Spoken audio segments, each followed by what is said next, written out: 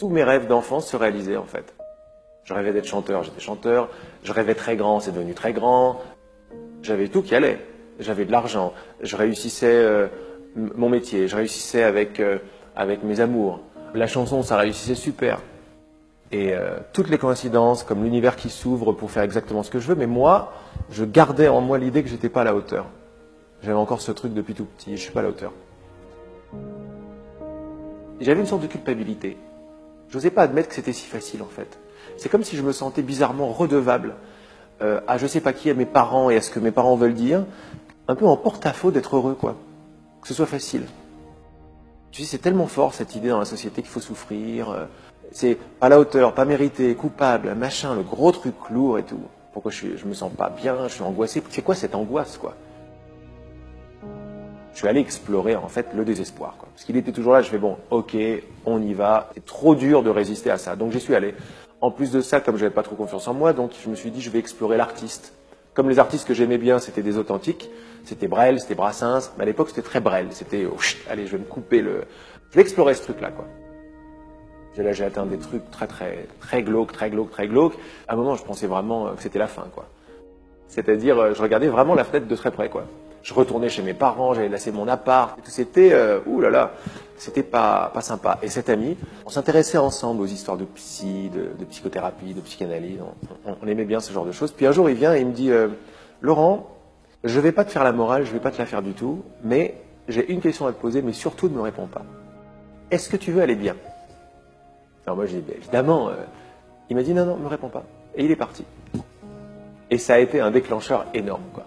Parce que je me suis aperçu qu'après toute cette traversée de l'obscurité, ce que j'avais vu en moi, c'était mon degré de mensonge à moi-même.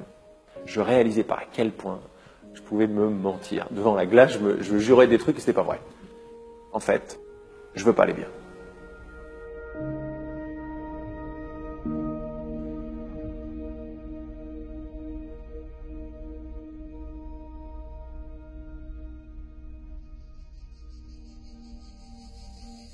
La première réponse, c'est la souffrance que j'avais dans ma vie, liée à me comparer tout le temps. C'est-à-dire que j'étais tout le temps en train de regarder ce que les autres ont que je n'ai pas.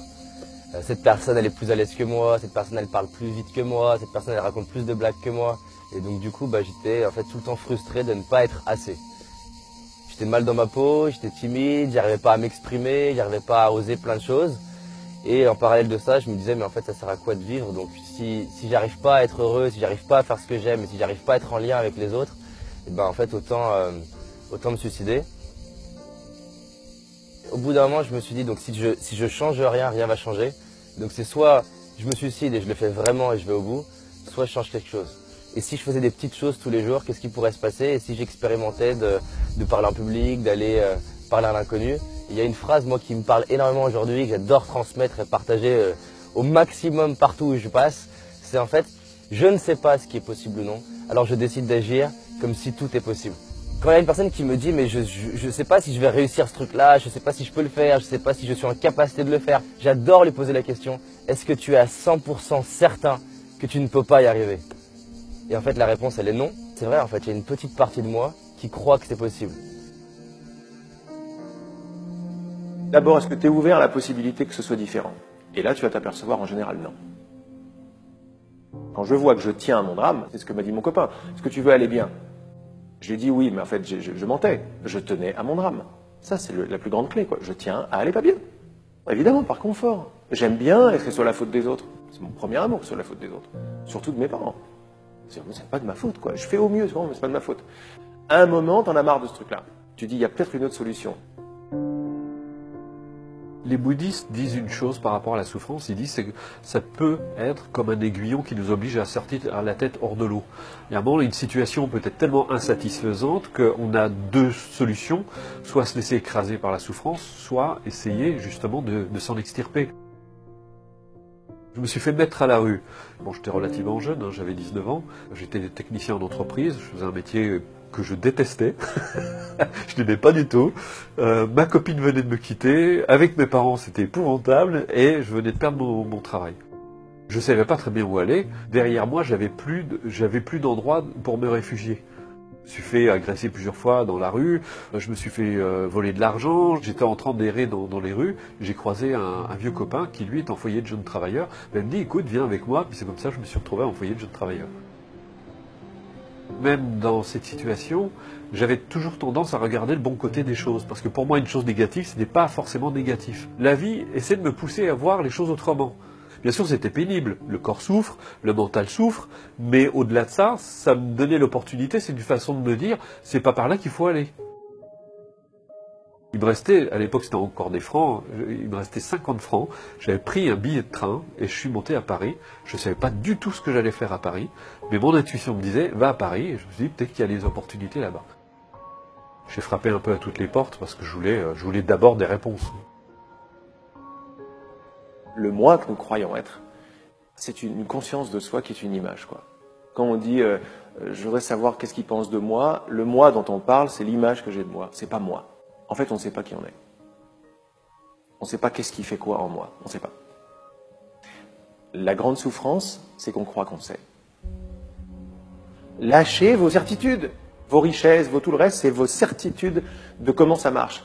Ouvrez-vous à la possibilité que vous ne savez pas comment ça marche. Mais un adulte, sa plus grande peur, c'est de dire « je ne sais pas ». Quand j'annonce « je ne sais pas », je m'ouvre la porte à la connaissance. Alors je me dis « mais à quoi ça sert d'avoir raison, quoi ?» Je m'aperçois que toute ma vie, c'est pour avoir raison. Et avoir raison, c'est ma souffrance. Les croyances sont créatrices de limites. Je le vois tout le temps. Et je suis attentif aux croyances. C'est-à-dire que les gens parlent, ils vont vous dire des réalités. La vie, c'est comme ça, de toute façon. Mais de toute façon, la société, c'est la cata.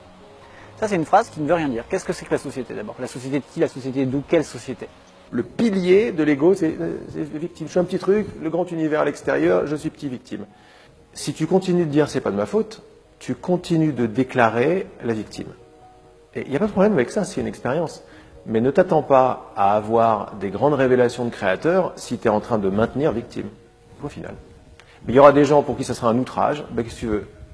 Toutes les excuses en soi qu'on se raconte, elles ont un sens. On ne se raconte pas une excuse par hasard. Si je me dis oui, mais moi je ne peux pas parce que j'ai des enfants, c'est parce que vraiment j'ai des enfants. Et on ne va pas se mentir, des enfants c'est une complexité. La personne se dit oui, mais moi j'ai pas l'argent, on ne va pas se mentir. Ne pas avoir l'argent, c'est une complexité. Là où en revanche c'est faux, c'est de se persuader soi-même que parce que j'ai cette complexité, ça n'est pas possible. Et la question en fait qui casse l'excuse, j'adore poser, c'est est-ce qu'il existe au moins une personne sur cette terre qui, avec les mêmes circonstances que toi, le fait ou peut le faire? Et la réponse est toujours oui.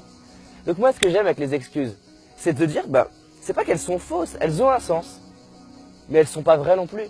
Elles sont ni vraies ni fausses en fait. C'est moi qui choisis de l'histoire que je vais me raconter à moi-même.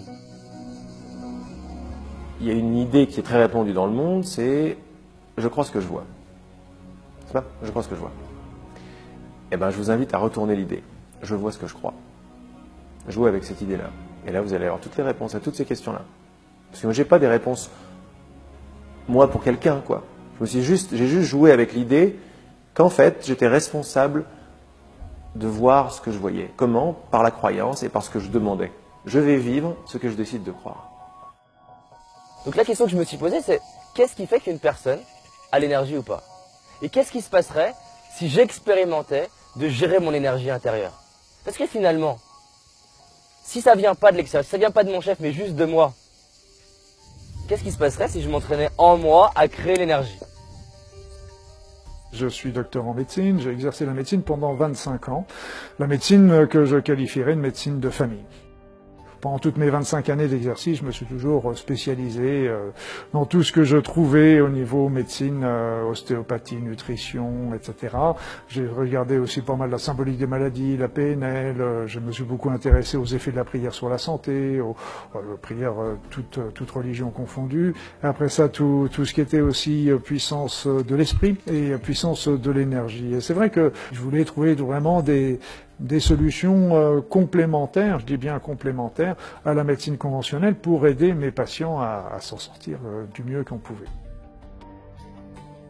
Les physiciens quantiques le disent bien, c'est qu'au départ, on a commencé à s'intéresser à la matière. Et puis on s'est aperçu qu'il y avait des choses qu'on ne comprenait pas très bien, donc on a commencé à creuser, et on s'est aperçu qu'ils sont tombés sur l'énergie. L'énergie va se concentrer, va former des particules. Les particules vont s'associer pour former des atomes, puis des protéines, puis des cellules, puis des êtres humains. Mais aussi, quand on a commencé à voir que l'énergie et la matière, c'était la même chose, en fin de compte, c'était deux aspects différents du même élément, un peu comme peut être la vapeur et l'eau, eh bien, à ce moment-là, on s'est aperçu que pour diriger tout ça, il fallait une information. Ça nous a montré que notre pensée agissait sur la matière. Et après ça, il y a eu d'autres travaux qui sont célèbres maintenant de Masaru Emoto, qui nous montraient bien que l'intention, la pensée qu'on envoyait sur un verre d'eau provoquait dans ce verre d'eau des cristallisations qui étaient différentes selon que la pensée était d'amour ou une pensée négative et destructrive. En médecine, tout simplement, on sait très bien que la pensée agit sur notre corps. On sait déjà l'effet placebo. Qu'est-ce que c'est l'effet placebo? C'est l'effet de notre pensée sur le corps, tout simplement. Le patient croit au traitement qui lui est donné, et simplement ça fait 30% de tous les résultats positifs de toutes les médecines. Médecine conventionnelle, médecine naturelle, médecine énergétique, toutes bénéficient de cet effet placebo. Et puis après ça, même la sophrologie, l'hypnose, ils font que passer l'induction, et l'esprit de la personne va agir sur le corps. Comme on met la personne en plein état modifié de conscience, tout ce qu'on lui passe, à ce moment-là, elle le prend tout de suite et elle agit.